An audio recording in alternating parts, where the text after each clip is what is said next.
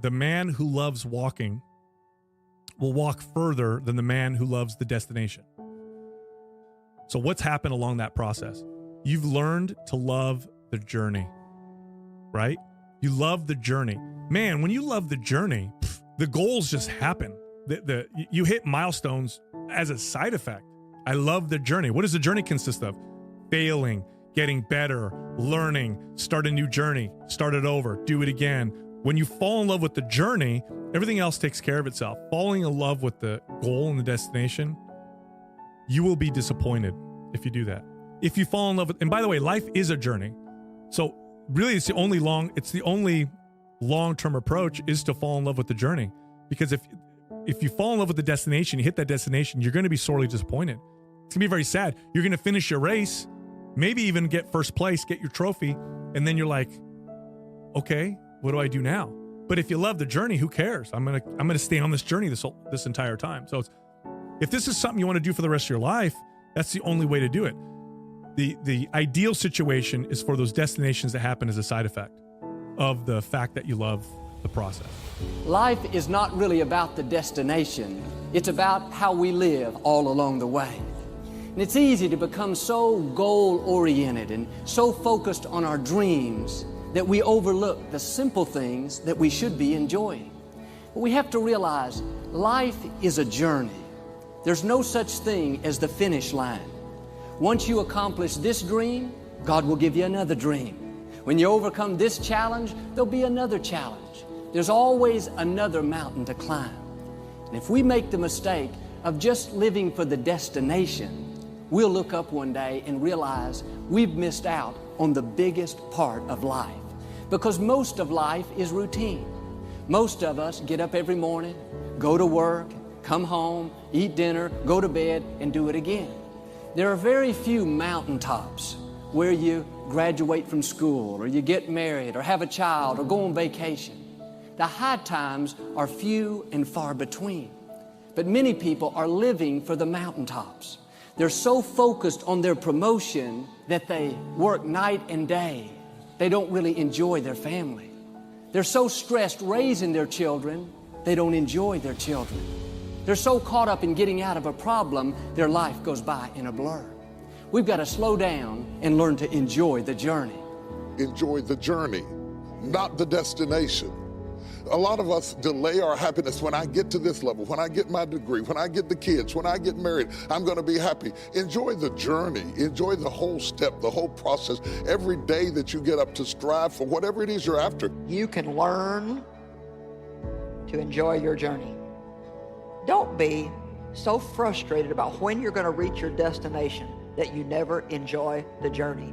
The journeys in life take a lot longer than that little bit of time when you reach a destination. And I've got news for you. When you reach the destination you're headed for now, you'll rest there a short period of time and you'll head off for something else in your life, because God has created us to be goal-oriented. We're always heading toward something. We're reaching, we're stretching, we're growing. So if we can't enjoy the going toward it, they're only going to have a few moments of joy in our whole life. How many of you don't enjoy being faced with challenges, things that are hard to do? How many of you find yourselves putting that stuff off, trying to avoid it as long as you can, try to get out from doing it? You're looking at things the wrong way. Instead of trying to find an easy, comfortable way to do the things that are hard and need to be hard to be done right to begin with, learn to love. Right now, learn to love hard stuff in your life. Don't want things easy. Build up your integrity in a way where you enjoy doing hard things. That you're not always looking for the easy way out in your life. It is the journey, the work that you do towards your goals that will always be more fulfilling than finally reaching them. You will never get the same pop once you reach a goal. as you do along the way with the challenges. See, we're always focused on the destination, the dream coming to pass, the problem turning around. Life is not about the destination, it's about the journey. That's where you'll grow. That's where you'll see fulfillment, the favor of God. Because after you reach this goal, there'll be another goal. There'll be another challenge. If we're not careful, we'll rush through the day trying to get to the destination. Slow down and enjoy the journey. Yes, there will be bumps in the road, disappointments, things you don't understand. That's where you have to say, I'm not looking back. I'm not getting bitter and letting that sour my life. I'm not going to live worried, wondering how it's going to work out. I'm going to stay in the present. I'm going to enjoy where God has me right now, knowing that He will get me to where I'm supposed to be. God is going to get you to your destiny. He's going to work out all things for your good. And while you're waiting, when you don't see anything happening, things aren't turning around, trust Him enough to enjoy your life. See the good in each day. Be grateful for what you have. The song says, it's a beautiful day. Don't let it get away. Once we live this day, we can't get it back. Are you living it in tomorrow, focused only on your dreams? Are you living it in yesterday, focused on what didn't work out? When all the while, God has you at this place for a reason. There's a blessing in disguise. There's someone you can connect with. There's a test that you can pass. Don't get 20 years down the road and see it all come together and have to say, wow, I spent so much of my life worried, not enjoying my family, mad at the people that did me wrong. Let it go. It's all a part of the process. These are tests we have to pass. We can get to our destination enjoying the journey, seeing God's favor despite the opposition, or we can get there worried, sour, upset. I'm asking you to live in the present, one day at a time. Yes, it's good to have goals. Keep your vision in front of you, but don't let what hasn't happened frustrate you. Make up your mind you're going to enjoy each day. Enjoy your family. Enjoy the people you work with. Enjoy the beauty of creation. Take time to smell the roses. All through the day, it's good to take a few deep breaths and just breathe in God's goodness. Breathe in where you are. Not trying to rush through this part of the day and get to the next, but take time to enjoy the present. The best news you'll ever receive is this, that God has a plan for your life. And I want you to, every person, look at me right here. Look really good. Just pay really close attention. I don't care how you feel today, but God has a plan for you.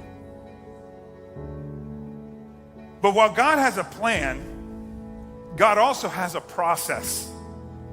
And that process is needed because if He brings us straight into our purpose, straight into our promise, straight into our destiny, we may not be able to handle it emotionally, physically, financially, spiritually.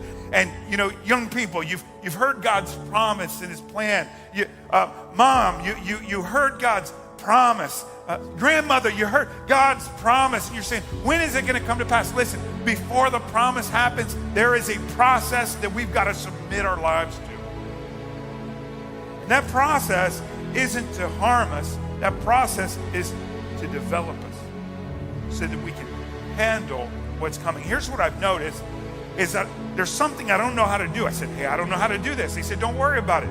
You don't know how to do it, then you do it, then you know how to do it. That's kind of how it works, little by little, until you look back and you see that you're doing things bigger than what you ever could have imagined.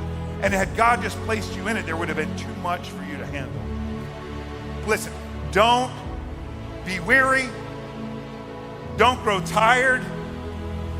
You know, keep your eye on the destination, but keep your heart in the work. The destination matters, but the process of God is what is beautiful. In fact, so many of the things we think we want, when we look back on it, it's not so much what we got.